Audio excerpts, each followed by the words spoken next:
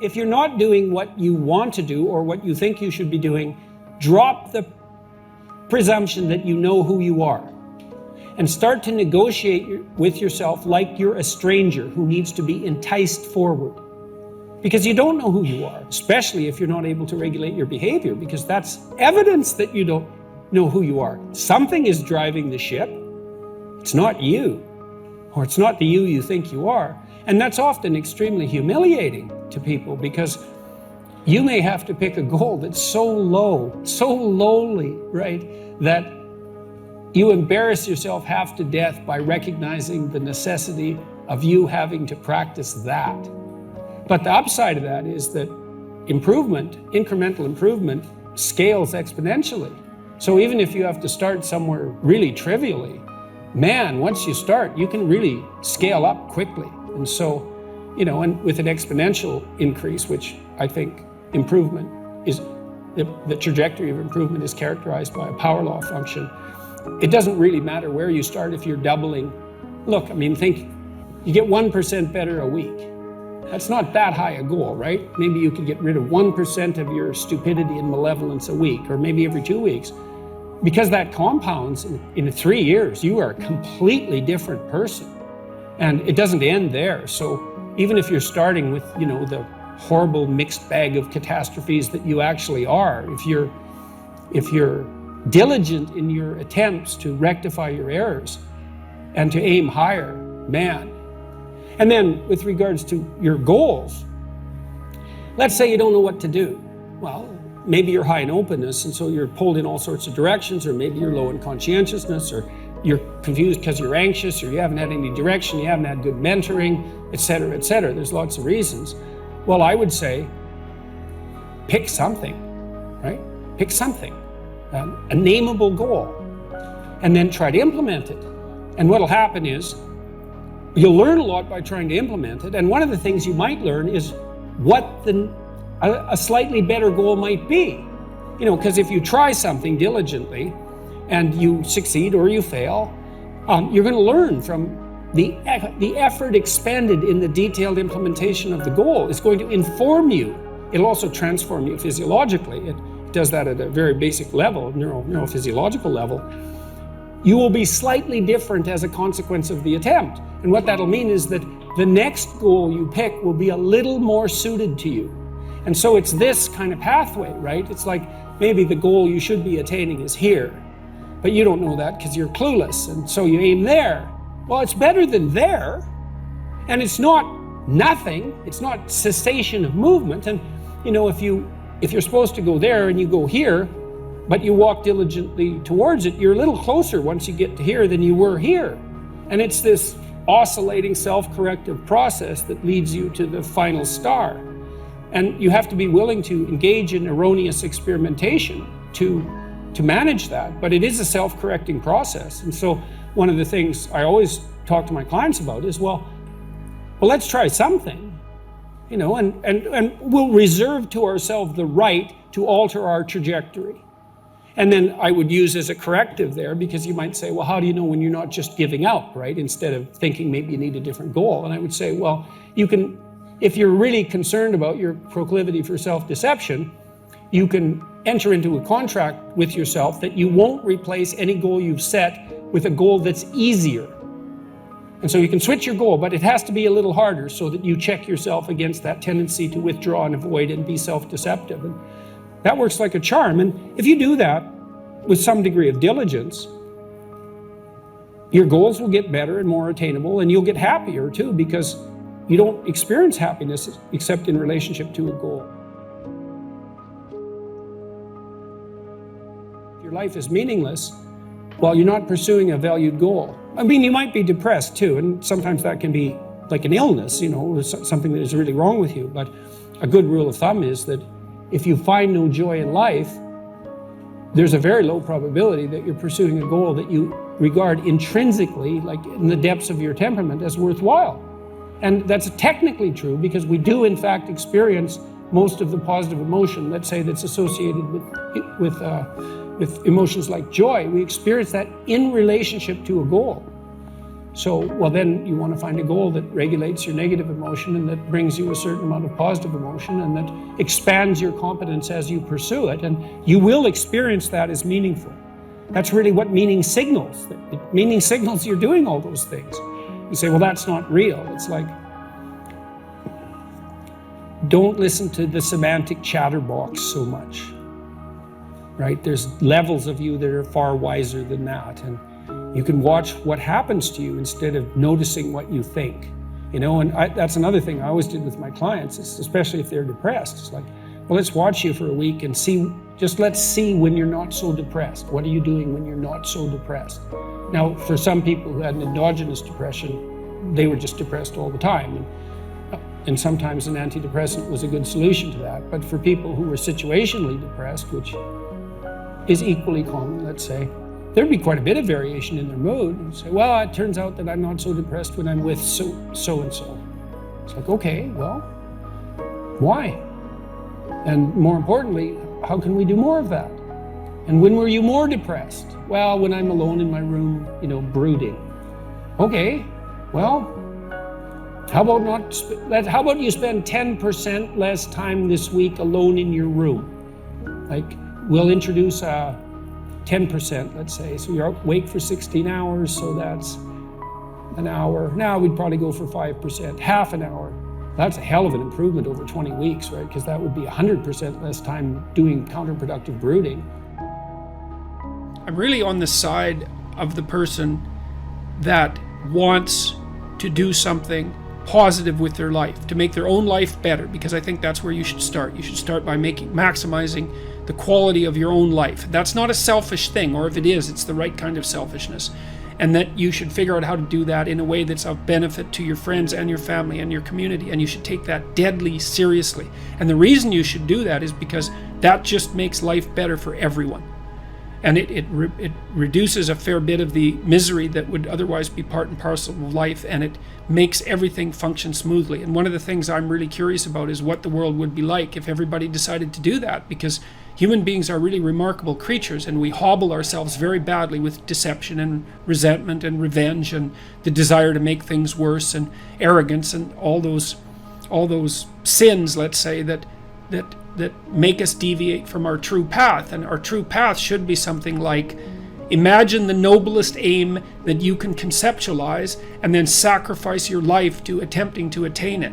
And there's nothing in that isn't good for everyone. And so, apart from the fact that it requires a lot of responsibility, I just can't see why everyone wouldn't do that. And when I'm talking to young people and, shaking my finger and saying, grow the hell up and get mature and take on some responsibility, I'm not saying that because I'm an enemy of the person. I'm saying it because I'm the best friend of the part of them that would really like to walk in the light.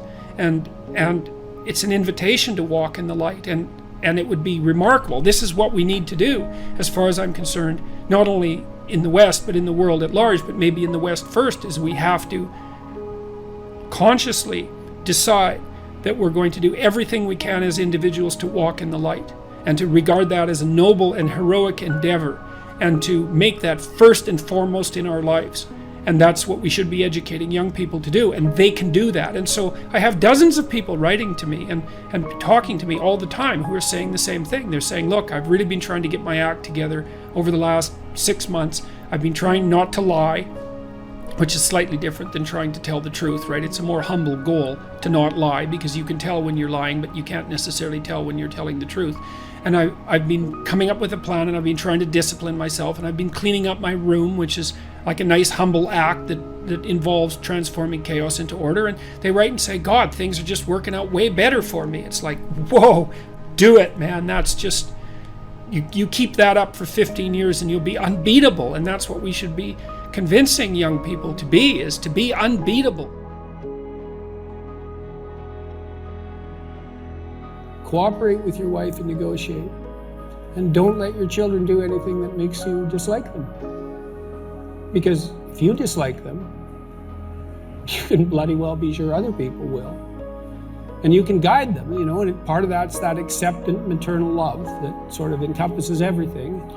Some of that's the discriminating encouragement that fosters further growth, and you want a balance of that in your household. And then you can have love and joy and play, and that's little walled garden. That's paradise where people play forever, happily. So, aim up, tell the truth, negotiate with your wife, shed your resentment, and love and encourage your children.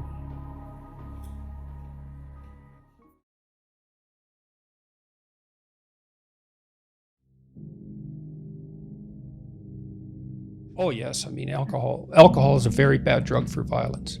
50% of people who are murdered are drunk, and 50% of the people who murder them are drunk. And that's true for almost every violent crime. In fact, if you eliminated alcohol, you'd eliminate most interpersonal violence.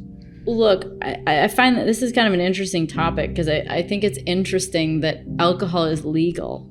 Mm-hmm. And yet, you do terrible things sometimes. You probably couldn't have made any a worse drug legal, right? From an epidemiological perspective. On the other hand, you have marijuana or psilocybin or LSD even, or some of these other drugs, and they make you thirsty, make you laugh, and you wake up feeling fine. I find it really fascinating that alcohol is the illegal one. How did that ever happen or is the legal one?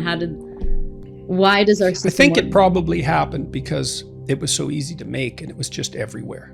Right? Because all you really have to do is put barley in water and you get beer, right? So it was really easy to make, and at least in many societies, it's been around for a very long time. And so it became legal just because, back in the Middle Ages, people drank alcohol, not water, because all the water was polluted. Right. So that's the reason, but it certainly wasn't a consequence of evaluating the drugs by their comparative risk and rank ordering them and making, the least harmful legal. It wasn't that at all, because alcohol is unbelievably dangerous. About 10% of people become addicted to it one way or another. Really? And far more people than that abuse it. Yes, at least once in their life, yes. Yeah. It's really bad. I studied alcohol for years. It was my subject of my PhD. We were interested in what factors made alcoholism hereditary, because it does seem to have a strong hereditary component. And what we basically concluded after doing a tremendous amount of research was that people who are prone to alcoholism, at least one type of person who's prone to one type of alcoholism, got a very, very powerful stimulant effect from the alcohol during the time that their blood alcohol level was ascending in the 10 or 15 minutes after they took a drink, especially if they took a large drink fast or multiple large drinks fast. You can probably tell, by the way, if you're one of these people, if you want to go do this in the bar the next time you go on an empty stomach, take your pulse, write it down, drink 3 or 4 shots fast, wait 10 minutes, take your pulse again. If it's gone up 10 or 15 beats a minute, look out, because that means alcohol is working as a psychomotor stimulant for you. And we found that for many of these people, that was an opiate effect. What seemed to happen was that when they drank alcohol fast, they produced probably beta endorphin, although we were never sure. It can be blocked with naltrexone, which is an opiate antagonist. Anyways, the other characteristic of that pattern of alcohol consumption is that the real kick only occurs when you're on the ascending limb of the blood alcohol curve. So, first of all, your blood alcohol goes up, and then it goes down. And generally, when it goes down, it's not pleasant. That's when you start to feel hungover. And a hangover is actually alcohol withdrawal, by the way. So it's like heroin withdrawal, except it's alcohol withdrawal. And it's generally not pleasant for people, so they usually sleep through it, or it puts them to sleep. But if you're one of these people who get a real kick on the ascending limb of the blood alcohol curve, then you can just keep pounding back the alcohol, and it'll keep hitting you and keep you in that position where you're on the ascending part of the blood alcohol curve. And you can probably tell if you're one of these people if you can't stop once you get started.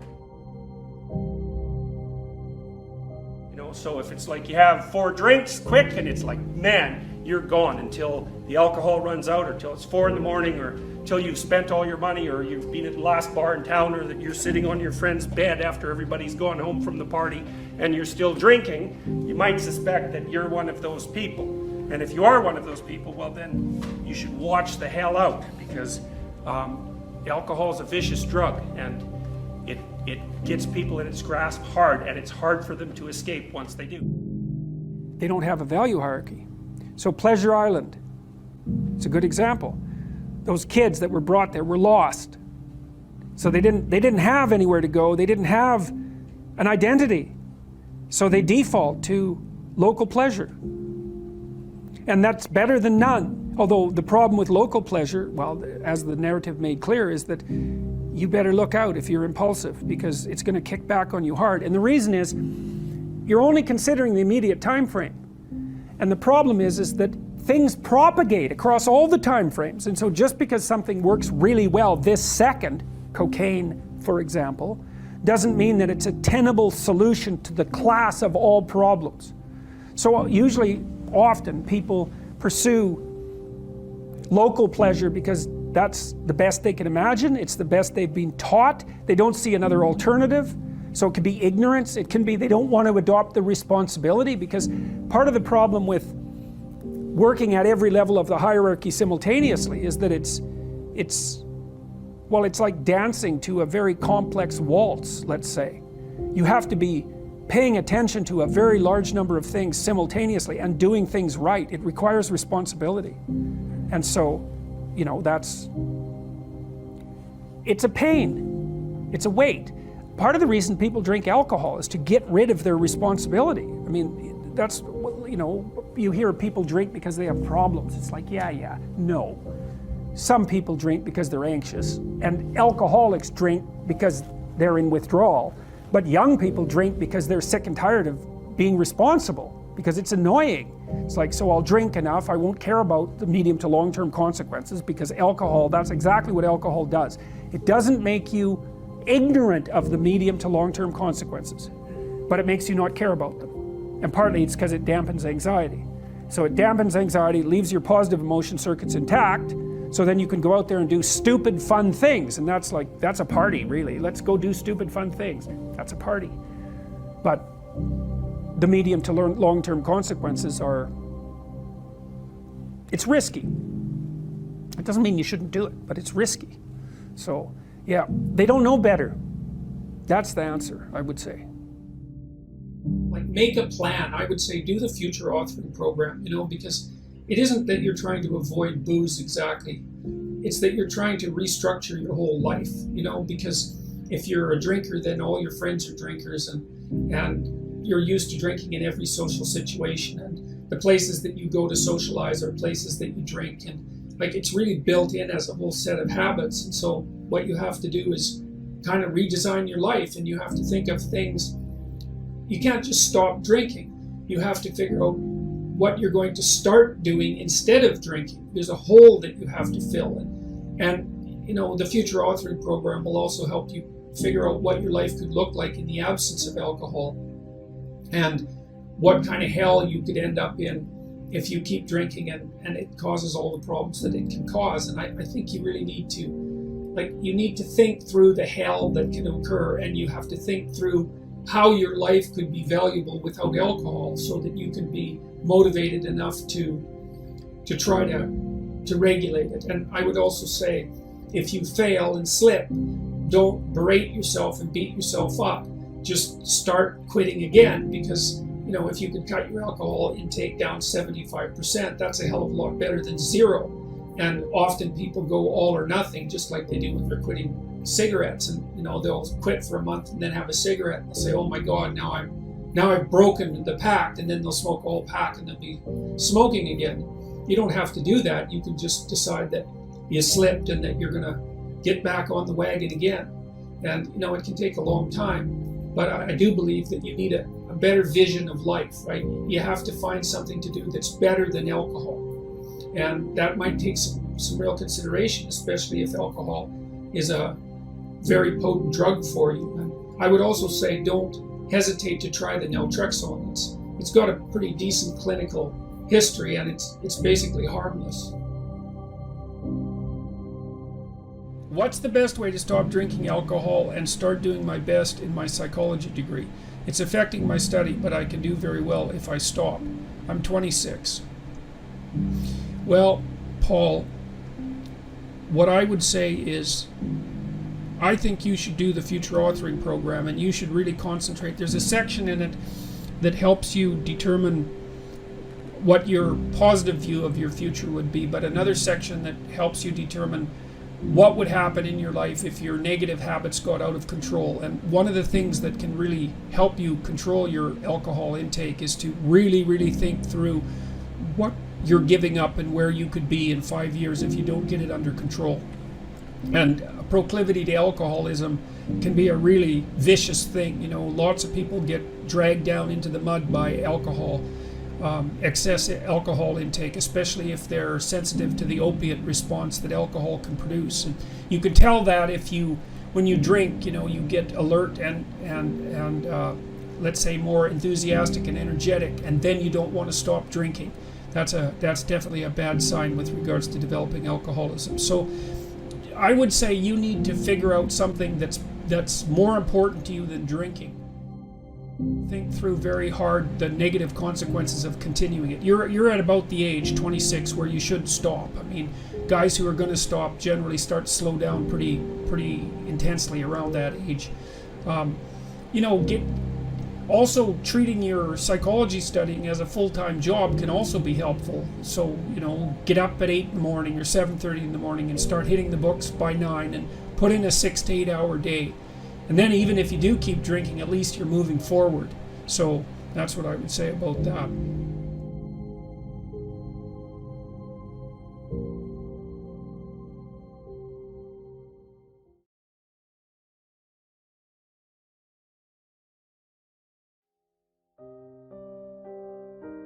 So I think it's reasonable to assume that there's a novelty edge in pornography, like there is in so many quasi-addictive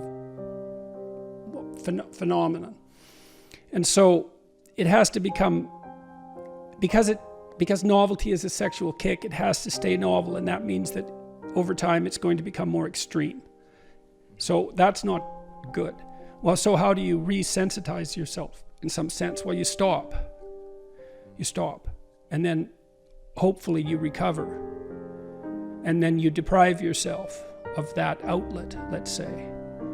And you might say, well, you know, is that absolutely necessary? And maybe there's nothing wrong with pornography. It's like, well, I don't know, man. Like, have you ever really met a guy who is proud of that? Like, you know what I mean? That makes him feel like, I'm the guy, man. You know, I'm watching pornography and getting off. It's like, what a man. I don't believe anyone feels that. And to me, maybe I'm wrong. And to me, that's an indication that, yeah, we know. No, it's pretty cheap. It's cheap. It's easy. And, you know, I say that knowing that I believe the research evidence shows that if you introduce pornography into a community, that rates of sexual crime committed by men upon women actually decline. So there is perhaps some utility in the outlet. But, you know, that's a unidimensional analysis and doesn't take into account all the other effects of pornography. So, including the ones you described. And I think that those are real. It makes sense that they're real, you know, because it's super satiation.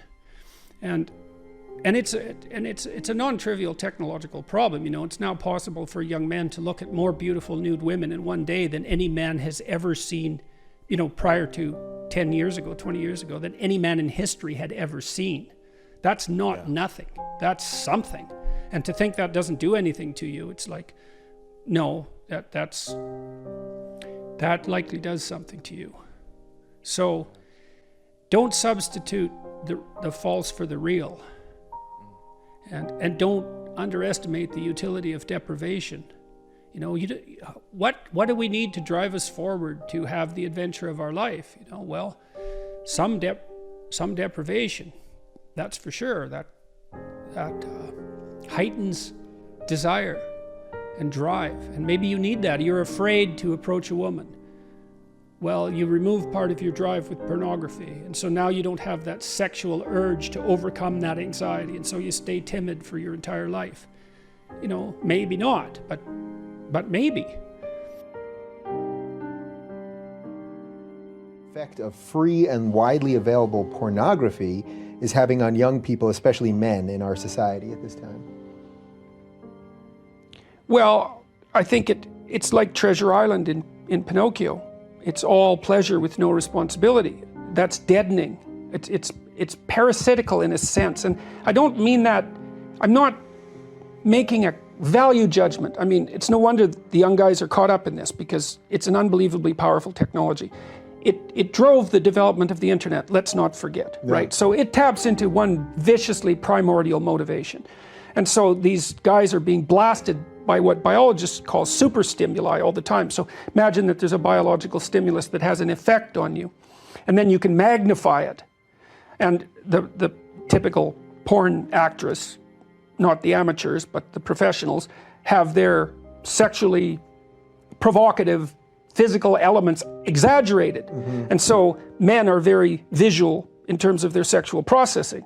And so, you know, the guys are pulled into it, and they're pulled into it also by curiosity. But I think that ethically it's not good. It's not good. It's an easy out. That's the other thing, you know, is what you should be doing is going out and finding someone to have a relationship with. And if you can gratify yourself with no transformation, but let's say you can't find someone, well, then you might say that's an indication you should change. It is, in fact, an indication that you should change, because what better indication are you going to get than that no one wants to be intimate with you? It's the ultimate rejection, and that's partly why men are terrified of it, and I understand that. And I also understand the MGTOW guys, you know, who are just recommending that men don't enter into long-term permanent relationships with women. I understand where they're coming from, although I called them pathetic weasels a while back. I shouldn't have done that. See, that's where I said to you, are you worried about every little thing? You say, once you say some... Well, they're providing a lot of young guys who need a kick to go out there. Right, they're actually giving them the back door. They're giving them a rationale, and I've seen this have very detrimental effects on a number of people already, and partly in my clinical practice, because these guys, the young guys who aren't successful, they're looking for a reason why women are terrible, because otherwise they have to think, well, they're just not presentable, which is what they do have to think, because that's almost the definition of presentable, right? So, and then the MGTOW guys give them a rationale. You know, we are in a gynocentric world, and females have got control, and they'll like wipe you out if they have the opportunity. It's like, well, some females will do that to some guys some of the time. What advice would you give to someone looking to quit porn? Well, I gave some advice a little earlier about quitting alcohol, you know, and I would say it isn't that you're trying to quit porn. It's not the right way to think about it. The right way to think about it is that you're trying to figure out how to have a better life. And so you have to figure out, well, I would say do the future authoring program and keep your porn addiction in mind and think. So in the first part of the future authoring program, it asks you a bunch of questions about what your life could be like in 3 to 5 years if you took care of yourself like you were someone that you cared for. And then it asks you questions about your friends and your family and your career and your time outside of work and your health and, you know, the important dimensions of life. And it asks you to spend 20 minutes writing about how good your life could be in 3 to 5 years if you got your act together and did what was good for you. And then it asks you to write about the hell you could be in if you didn't.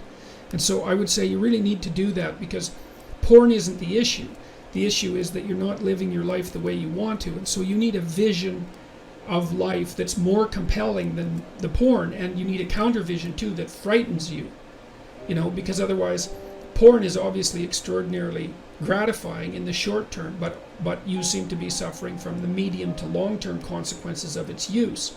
And so you need a story that you can tell yourself that's really deeply thought through about why this is not appropriate for you, how it's hurting you, and how it's minimizing you and perhaps making you embarrassed and ashamed and more socially isolated and all of that.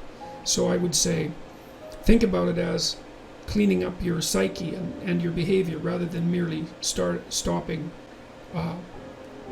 porn. You also might want to write down, and you could do this in negative vision part of the future authoring program. You got to write down everything bad that you think porn is doing to you, because obviously you have some suspicions that this is not good for you, right? That it's actually harming you in some important way.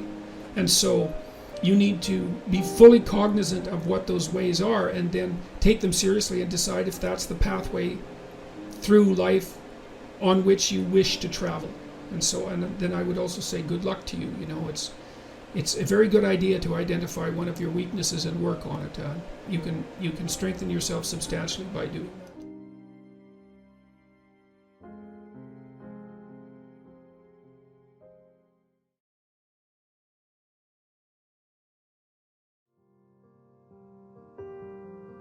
What do you think schools should be doing to be able to help young men do better at this instead of falling behind at the race that they've been falling behind at today? Well, I think a fair bit of it is going to have to do with a proper explanation about why they need to learn to write and read. And I also think that our schools, led by the faculties of education at universities, which is an enterprise that's become corrupted almost beyond belief.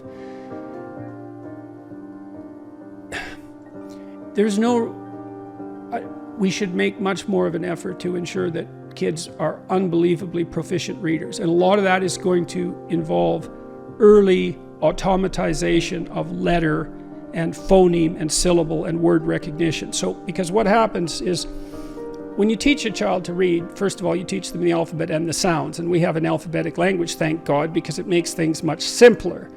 And so you teach them the letters, and then the 2-letter combinations, and then the 3-letter combinations. And then they can sound out syllables, and then they get words. But it isn't until you can read phrases automatically at a glance that you can read for content and pleasure.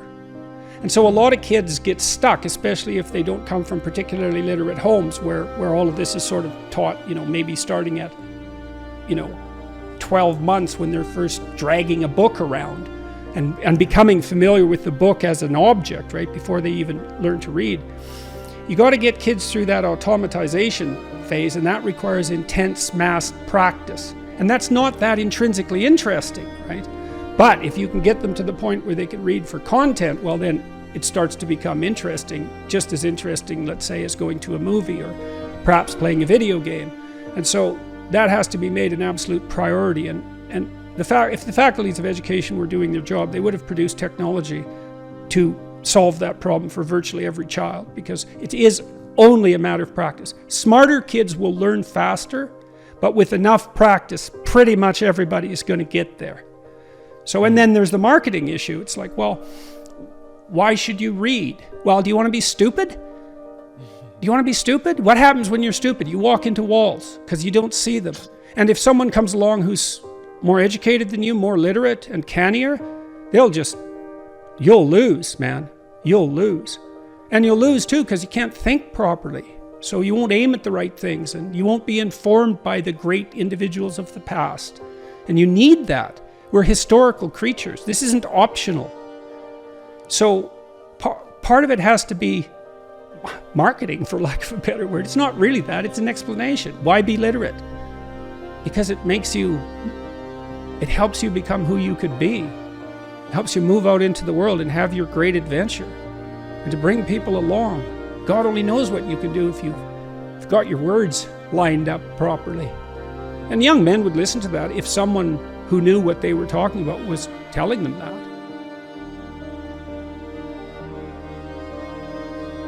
Tell the truth, or at least don't lie. Because you can't tell the truth, right? Because who are you to tell the truth? That's a mighty tall order, man. But you can stop saying things that you know are lies. And that will change your life if you do that. And it's crucial. Why would it change their lives? Well, how can you adapt to reality when you falsify it? And you think, well, I'm just lying to other people. No, you're not. You can't just lie to other people, because what you say becomes you, especially if you practice it. Because we build ourselves out of words. And that can be lies in action too. It's like, don't say things you know to be false. That's a good start, man. And it aligns yourself with the truth. And how can that be a bad idea? Imagine that what is true reflects reality, which is sort of the definition of true. How can failing to align yourself with reality work? How is that possibly going to work? Well, you say, well, I can, if I lie, I get away with something. It's like, no, you don't. I tell you, I swear this is true. In all of my clinical practice, I have never, ever seen anyone ever get away with anything even once. You think the chickens won't come home to roost. It's like, all that means is you're too stupid to see what your lies caused, or too blind or too self-deceptive. You just don't see it. And so you don't get away with anything. Nothing. It's terrifying to actually understand that. It's terrifying. What if you can't get away with anything, ever? Well, that's the judgmental God, fundamentally. That's a very old idea, and it's an old idea for a reason. And of course you can't get away with anything, because imagine that you took a flexible plastic comb, and you bent it backwards, and you say, well, I got away with that. It's like, well, what's going to happen when you let go? It's going to snap back and hit you in the face, and that's life, man. You warp the structure of reality? You think you are someone who can warp the structure of reality with your words and get away with it? Really? No, man, that should terrify you right to the core of your soul. You're not God. You can't do that. Dr. Peterson, you said that you've never seen someone get away with lying. Anything. What do you mean by that? Because I can imagine if somebody listening to this right now who said, well, I haven't told the truth and I got away with plenty of things in my past. What do you mean by that? And everything is right in your life. Everything is just the way you want it to be. That's how it is it? Yeah, sure. And good. If find someone like that, great. But I've never seen anyone like that.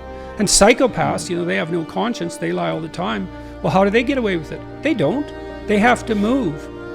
Because people figure out who they are, and then they have to move on. And so you could say, well, that's getting away with it. It's like, well, no long-term relationships, no love, no trust, no brotherly affection, no friends, and generally no financial success, not in the real sense. How is that getting away with it? And then you might say, well, I've got away with it so far. It's like, maybe you have.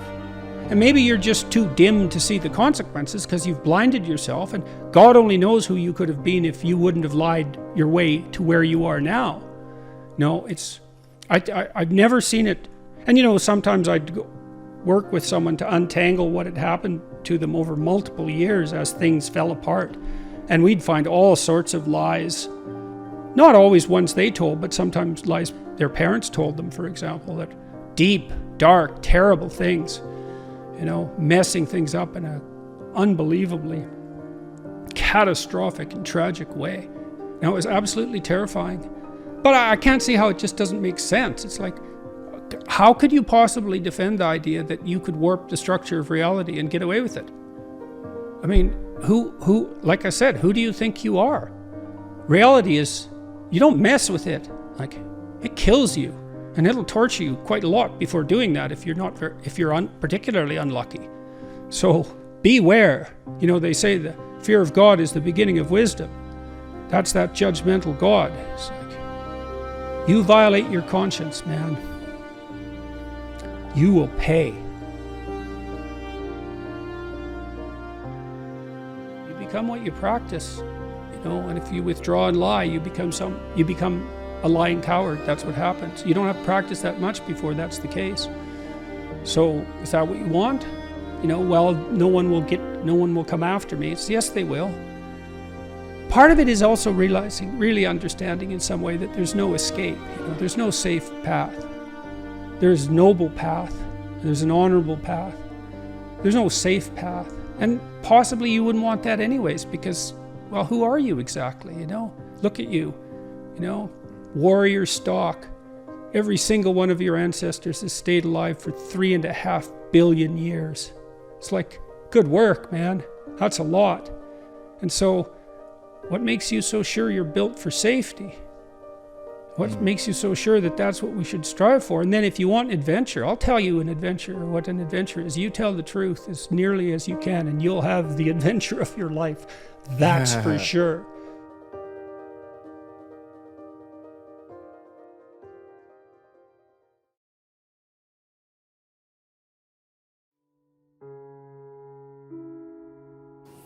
The basic cybernetic frame was something like starting point, goal, self-correcting process. That's it. But I realized maybe, that the semantic description of that structure was a story.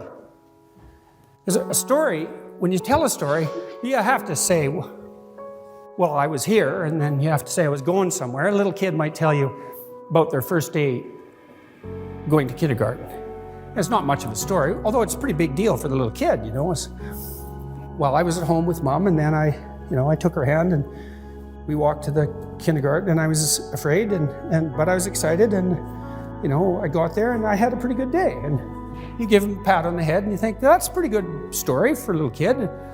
He might tell a slightly different story. I might say I was walking to kindergarten and I was kind of scared, but I was excited. I had my mom's hand, and then all of a sudden this big dog jumped at me at the fence and really scared me, And a little kid will get emotional if he recounts something like that. And then he'll say, he might say one of two things. He might say, I got so afraid I had to take Mom's hand, and she was upset too, and she was crying, and we had to go home. And then he doesn't go to school for the week. And then when he goes to school, he has a panic attack, and then his mother martyrs herself so that he can have a panic attack for a tremendous long period of time, and then, it's just a complete bloody mess. And that's an Oedipal narrative, by the way. Or maybe the other story would be, I was scared of the dog.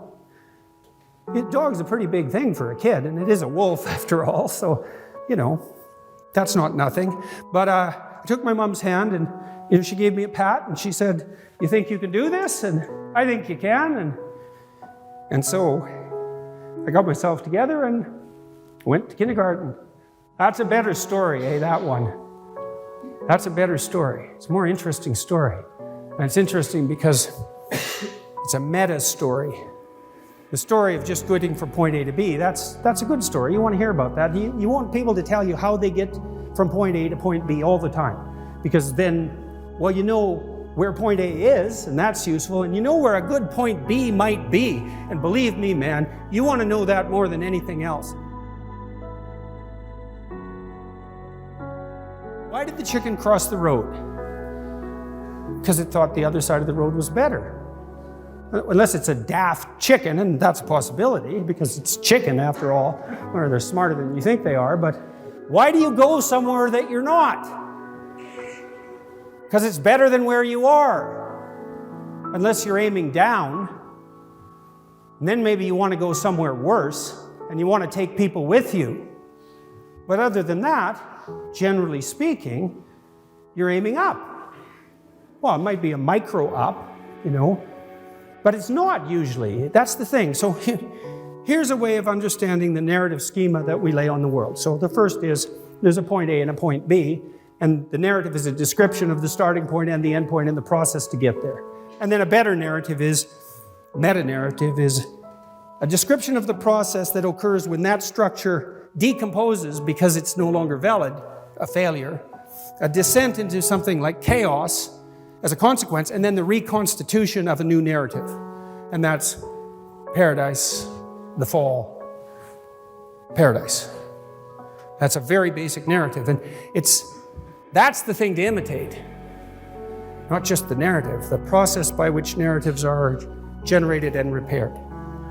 Okay, so now let's see if we can make that concrete, a little more concrete. Imagine you're writing a paper. Well, let's take that apart. Let's be precise about this as much as we can. Let's say you're typing first. Okay, so what does it mean that you're typing? Well, you're thinking, hypothetically, although I've read essays that would indicate otherwise, but hypothetically. So what are you doing? Well, you're moving your fingers, right? So this writing is dependent on embodiment. And it was really hard to generate these fingers, right? So there's that whole evolutionary process we were talking about lurking at the bottom of this.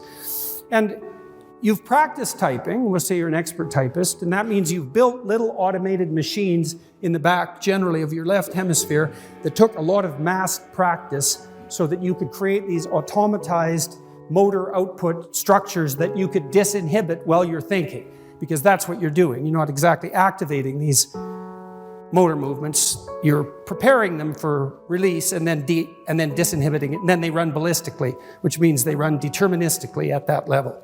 And so at the micro level, what you're doing isn't thinking.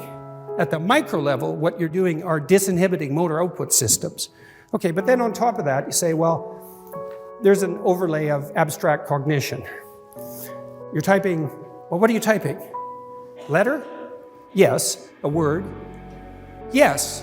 And you type the letter in relationship to the word. You're typing a phrase, right? You're thinking about a phrase, but not just a phrase, a sentence, but not just a sentence, a paragraph, the sequencing of the sentence within that paragraph, the paragraphs within the context of an essay. And maybe if you're writing a book, then the essay in relationship to the book. You're doing that, all of that at once. And so that's a series of nested narratives. So a cybernetic motor schema at the bottom, and then narratives. Because I could say, well, why are you typing the letter? To type the word. Why are you typing the word? To type the phrase, to type the sentence, to type the paragraph, to complete the sequencing of paragraphs, to write the chapter, to write the book. Why are you writing the book? Well, let's say you're a scientific researcher. You're writing a book about animal cognition. Why are you doing that? Well, maybe you're a professor, researcher, scientist, teacher. Well, why are you doing that? Well, maybe you're a good citizen, maybe you want to mentor people, maybe you want to make the world a better place. Well, why are you doing that? Because you're imitating a divine ideal. Well, what do I mean by divine? Well, I mean supraordinate or deep. You can look at it either way. Well, why divine? Because that's how you experience it. It's not a proposition. You might say, well, what does that have to do with divine? The divine? Well, have it your way. Use whatever word you want. Deep, profound, superordinate. It doesn't matter. It's all in the same semantic space. Then you think, well, what does that mean practically? Well, that's a good question. You might also ask yourself, what does the dissolution of that mean, and what does antipathy towards that mean? Those are all useful questions. I came across many of these ideas because I was trying to understand the action of individual concentration camp guards in Auschwitz. And I was trying to understand what I would have to be like to do that. And that isn't something people usually do, because they assume if they were in Nazi Germany, they'd be like, Schindler. It's like, no, Schindler was like Schindler. There's like one of him. That isn't what you would have been like. In all likelihood, you would have been willfully blind or participating. And you think, not me. And all that means is if you think that, then definitely you. So, Dr. Dawkins sent me a paper last week in preparation for a discussion that we're going to have tomorrow. And it was a very interesting paper, and I think I read it about 25 years ago, and he said, any functioning animal has to be a microcosm, a model of the environment within which it finds itself. Well, that's true of us. And so when you look at the night sky and that sense of awe grips you and calls something out of you, right, to respond to your encounter with the infinite, even your encounter with mortality, your encounter with finitude and limitation, all of that in relationship to the infinite. That sense of awe is also the calling forth of something out of you that can respond to the challenge of that infinite. Well, that's the microcosm within. It's a reflection of the structure of the cosmos itself.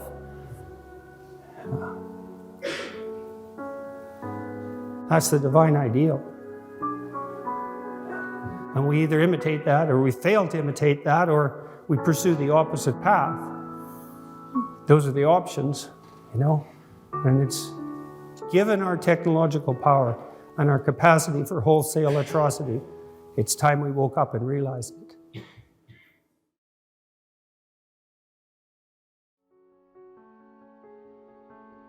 rule 3 in Beyond Order, do not hide things in the fog. It's like realization is generally an effortful process. Like you're alerted to your own wrongdoing by glimmerings of conscience, let's say, feelings of shame and doubt. But you have to unpack those to find out exactly what you're doing wrong. And that's really hard. It's effortful. And so you can just not do it.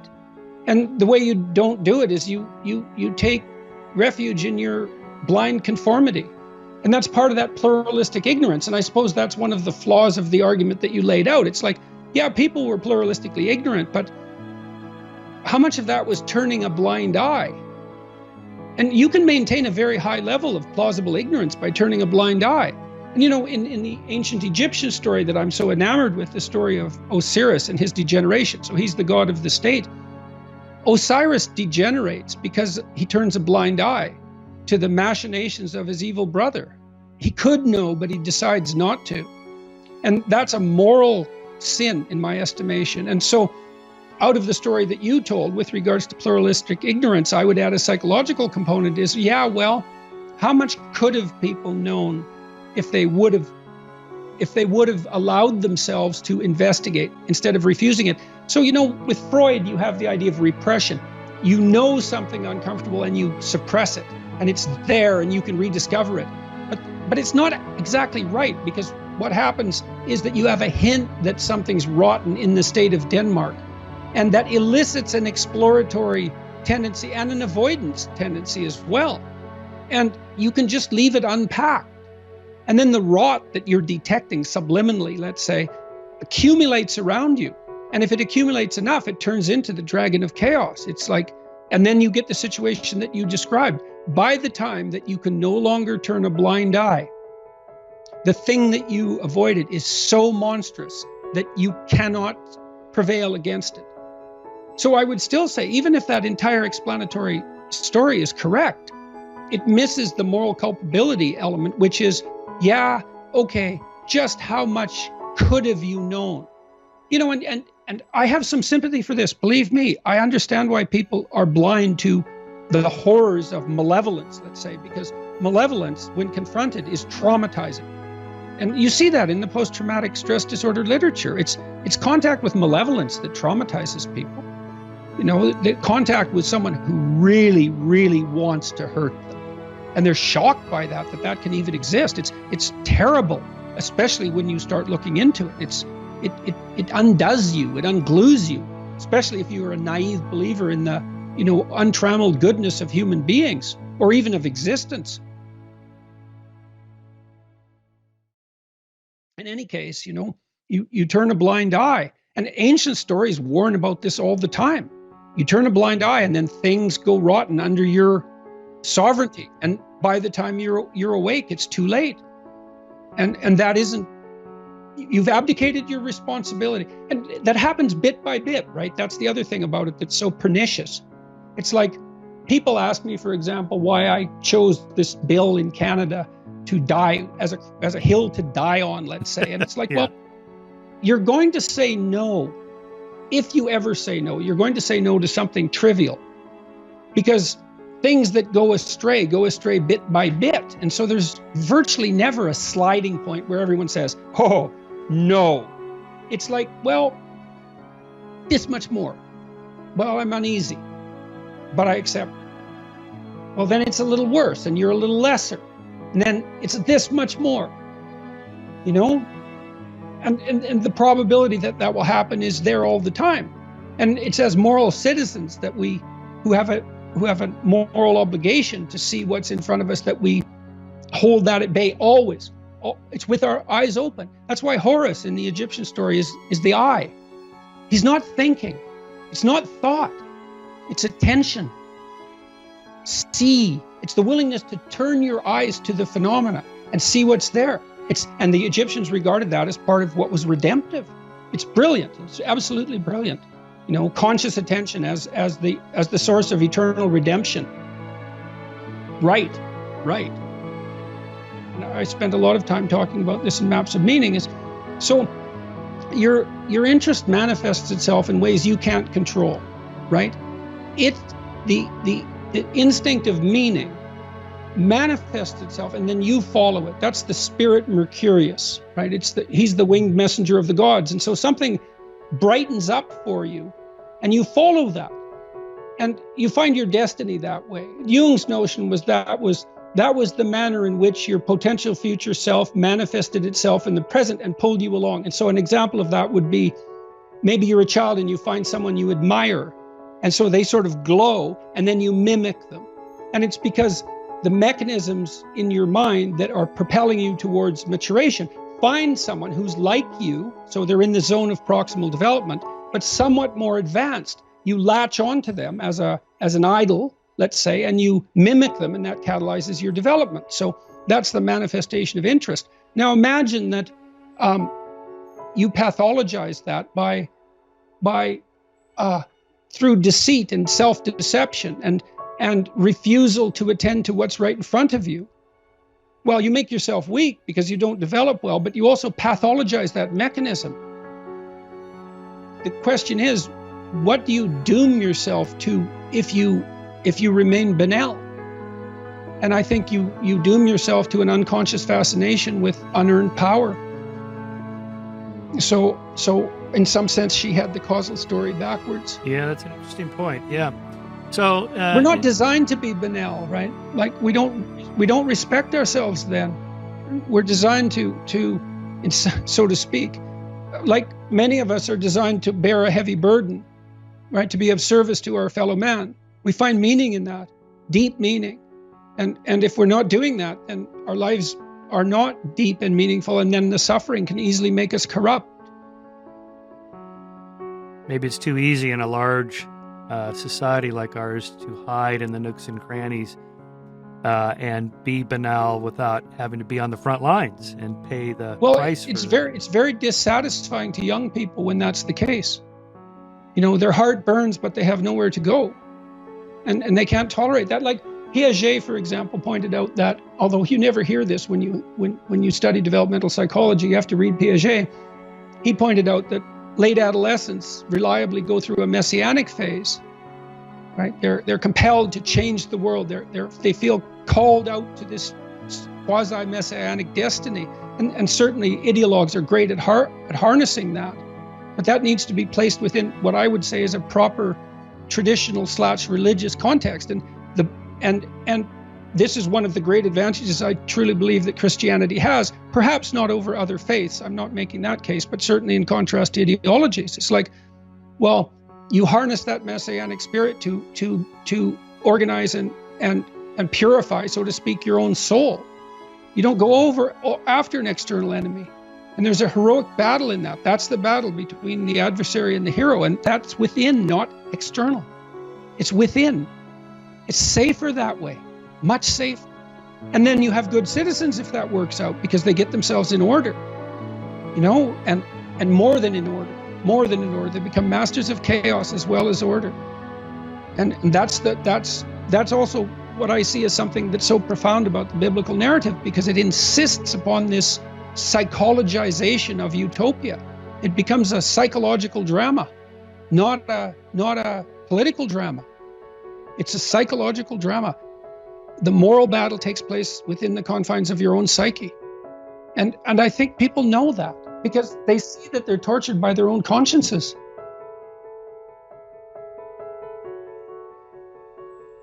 You know that because of our moral ambivalence, each of us, we're less committed to our task than we might be. We're plagued by existential doubts. We're held back by our resentment and our bitterness. We get in our own way. We have an ambivalent sense of whether we're worthy, as individuals or as a species for that matter. And so we stumble forward half crippled, and maybe we move towards the light regardless, but we're not all in by any stretch of the imagination as individuals or as a culture or as any culture. So then you ask yourself, well, what would you be like if you were all in? And then what would a culture be like if it was composed of people who were nothing but all in? If we devoted everything we had to the task at hand, to the highest good, and we moved away from our adversarial identification and our nihilism and our desire for destruction and our willingness to wallow in misery and to perpetuate it, well, what would we do? Would we defeat death? Would we bring about immortal life? Would we resurrect the dead? Who knows what we could do? I don't see that human possibility is bounded in any realistic sense. What we've already accomplished is absolutely beyond comprehension. And there are many things that we don't understand at all. And many of those things are going to be revolutionary. They're going to change the way we look at everything.